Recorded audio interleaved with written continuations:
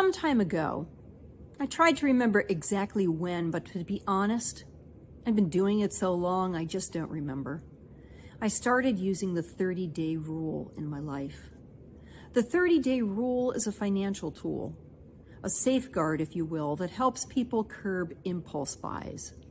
It is especially helpful when making big purchases that aren't necessities. And it especially helps to stop credit card spending.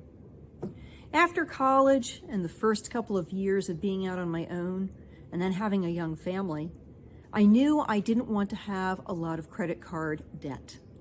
I'd been there. I'd done that. I got rid of the store credit cards. I paid down my balances.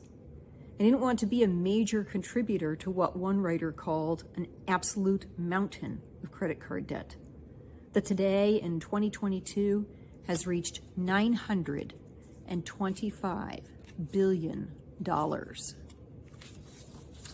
So what's the 30-day rule? Well, the 30-day rule requires, in a loving way, that you wait 30 days before making a large purchase. Now, large, of course, is in the eye of the beholder. For some, it might mean a dishwasher or a new car. For others, it might be an expensive piece of jewelry. It might be something that you see in a store or online and you think, wow, I could see myself with that. Or I could definitely use that. That would be so cool. I need one. After I started using the 30-day rule for large purchases, I found it became easier to also use it for small purchases. When you walk by something and you think, that would look great on the dining room table or that wall in the living room. Or you think, oh, I better buy that. It might not be there when I come back. Now, before you think, oh, sure, she has so much self-discipline. I don't always adhere to the 30-day rule. It also doesn't always work, and there are times when it backfires. A few weeks ago, I was at Aldi's. They had sets of flocked Christmas trees on sale. I've been looking for one, at least. I thought it might be nice to have one on my front porch or to put one on the counter that's between my kitchen and the living room. So I stood there in the store and I debated. Do I get them now or do I wait? Should I make sure I really want one? Do I really need them? Well, when I went back a week later, which is actually fast for me, they were sold out. You snooze, you lose, as the saying goes. You can also take it too far, where you won't buy anything for yourself. You work and you work, and you won't buy anything because you want to be sure that you are spending the money you have been blessed with wisely.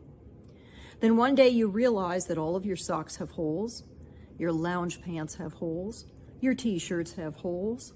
You get the picture. What the 30-day rule has taught me, though, is patience. It's a way to practice patience, to intentionally choose patience. And as I'm sure you know, it can be very hard to be patient. The light is red and the driver in front of you doesn't seem to notice. Not one bit. A full cycle of the light goes by. The light turns green. It takes every ounce of your being to not press the horn button on the steering wheel as hard as you possibly can, right? The person in front of you at the grocery store forgot their card, or maybe they have to pay with multiple forms of payment, and you're in a hurry. I mean, you have something really important that you need to do or somewhere that you need to be. And this always happens. The line is long, and you need to wait, and you wait, and you wait. And then it's your turn, and the manager comes over to change the drawer. And if you work, here's a common conversation. I sent the email a minute ago. I don't have it. Really? You don't have it? Let me refresh. Nope, it's not there. Okay. Well, I didn't receive it back. Are you sure? I'll send it again. Okay, I sent it. Do you have it now? All the while, and I do this a lot, I'm thinking to myself, nice. Great. Seriously? Maybe you've thought that too. And then maybe you've thought, I seem to remind myself a lot, that you just need to have more patience. Maybe the 30-day rule should be a 30-second rule when it comes to having patience with the day-to-day. Patience isn't something that is entirely natural. It's something we learn. It's a skill we can acquire, and there are plenty of ways to do so.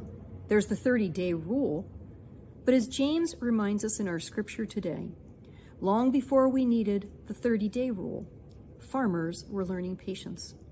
Gardeners were learning patience. Actually, anyone who wanted to eat, in fact, they had to learn patience. And that's because a seed takes time to germinate and then to grow into a plant. That plant needs time to develop. Sometimes the plant will just grow and then be able to be harvested. Sometimes the plant will blossom, and then it's time to wait some more while the crop grows. If it's dry, the farmer, the gardener, they must wait for rain. If it's too wet, the farmer or the gardener may have to wait until it's dry to fertilize and to weed. If a drought or a storm happens, the farmer or gardener might have to wait an entire season before they are able to harvest a good crop. And consider the wait time that other farmers have. It takes about 2 years before a calf will give birth to their first calf. It takes about 3 years before a grapevine will produce its first harvest, and it may be another 2 years after that before the resulting grapes are actually processed and turned into wine. It takes 8 to 10 years of growth before a black walnut tree will produce nuts.